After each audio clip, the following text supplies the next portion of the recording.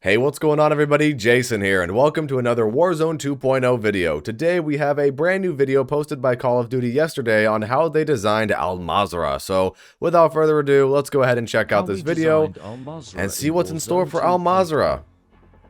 Let's see what we have here. Of course, the Intel Drop series that they do. Map at this size is the amount of people that need to touch it. Mazrah is so large. We have so many. Interesting point there. The amount of people that touch it with all the players, right? All of our locations are very interesting. There's a lot of visual elements that make each one iconic in its own way. We do have some returning multiplayer maps that are going to be in this Warzone map too, so that's pretty interesting. Like there's Terminal right there. Like street signs, we try to make sure that we have these different locations mentioned in these signage. So we're trying to rank all these places so the player has an understanding of. So you can navigate. You can use street signs to your disposal. Start with a idea of game specific game mode. So we might design a location on the map as part of a ground war space.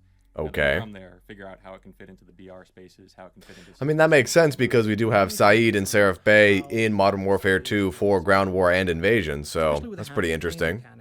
As an example, really allows the players to oh, and yeah, the water in this flooded town, that's gonna be it's gonna be strange. And then parachuting out of the space. We now have a river flowing all the way through. We have boats, tunnels, different areas. Boat combat.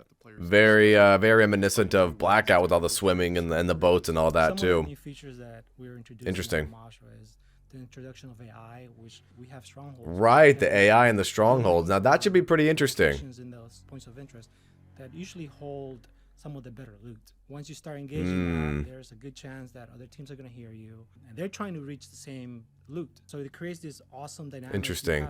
This is probably going to be the best part of Warzone 2.0 of Mazrah, to, you know, actually do some sort of quest or objective to actually get good loot.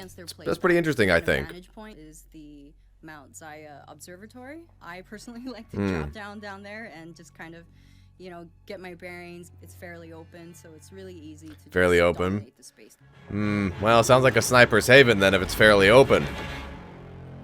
And Warzone 2.0, free to play on November 16th. That is next week. Now, here's the thing with Warzone 2.0. Warzone 2.0 doesn't inherently look like it's going to be terrible, but with how Caldera ended out and the weird kind of shaky season that Caldera had for Warzone 1, I just really hope Mazrah isn't just a continuation of Caldera and the map is actually designed fairly well. I mean, here we have the developers talking about these strongholds with the AI. That could be a really interesting thing. You know, we've seen glimpses of AI events in Caldera, in Verdansk, and things like that. So taking that concept and running with it and rewarding the player for that is pretty interesting, I think. So that's already one thing that they're going to be doing to try to innovate for Warzone 2.0. We have the swimming and the boat combat. That could be kind of interesting too. You had it on Blackout, and in Blackout it was okay. I mean, no one's gonna really go and divert their course over to a river just so they can swim or just so they can drive a boat around the river. You know, it's just gonna be one of those things where